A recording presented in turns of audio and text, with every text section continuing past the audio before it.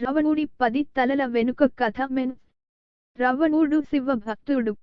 తన విద్యను పొందిన తరువాత రావణుడు ధ్యానం చేయడం ప్రారంభించాడు మరియు శివుడిని ప్రసన్నం చేసుకోవడానికి తీవ్ర తపస్సు చేశాడు. శివుడిని ప్రసన్నం చేసుకునేందుకు తన తలను తానే నరికి వేసుకునేవాడు. అతను తన తలను నరికిన ప్రతిసారీ అది మళ్లీ పెరుగుతుంది, తద్వారా అతను తన తపస్సును కొనసాగించాడు.